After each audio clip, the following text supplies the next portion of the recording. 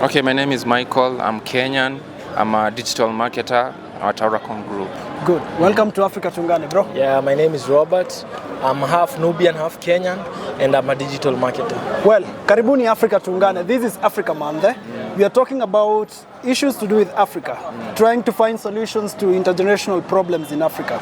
African unity, intra-African travel and tourism. So I have a few questions for you.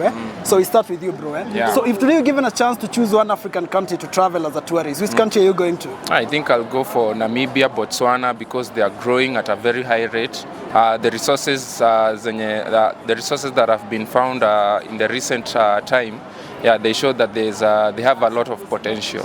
Yeah, so I'm very interested to go and see what they have in store. Namibia and Botswana. Yeah, Namibia and Botswana. Great. You, bro? Yeah, for me, I'd still be touring Kenya because Kenya is a big country and beautiful, and I've not toured it yet.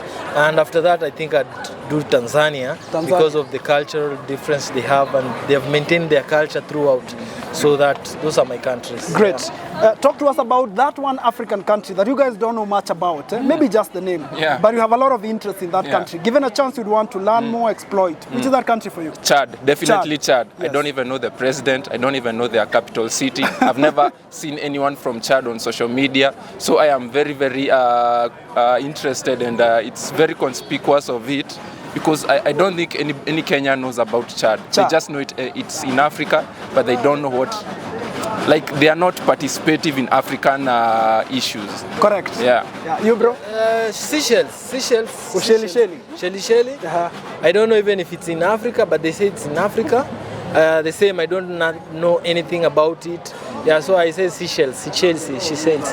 Yeah. So as I said, this is Africa Month. I want you guys to address the African Union, the African Union Commission and the African Union Assembly of Heads of State and Government. So what would you want to see these two institutions doing for Africa, especially for young people like yourself?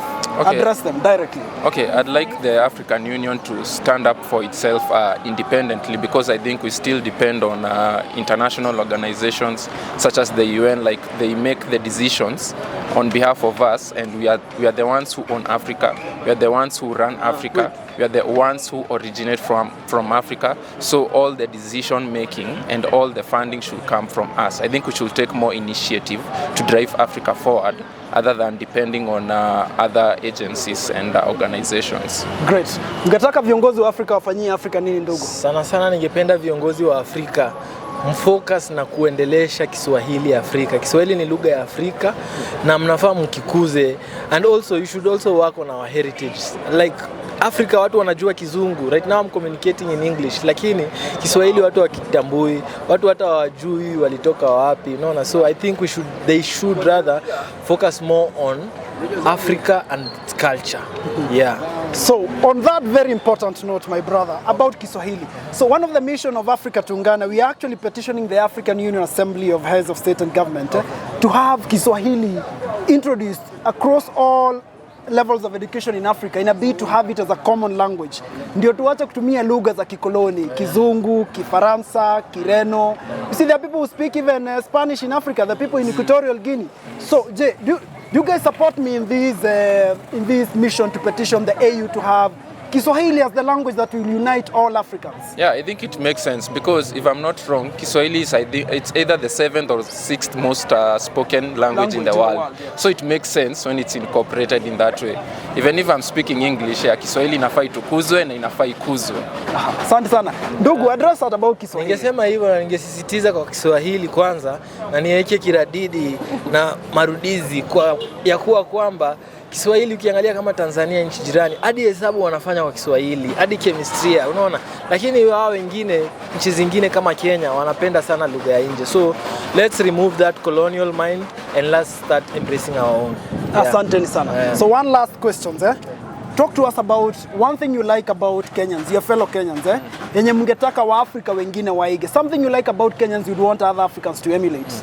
Yeah, Kenyans, we are very active, we are robust, and we speak our mind. And from the recent activities last year, as we all know, the finance bill, and as we all know, like, we are very, very proactive, and Kenyans like to speak their mind. If they don't like something, we say it.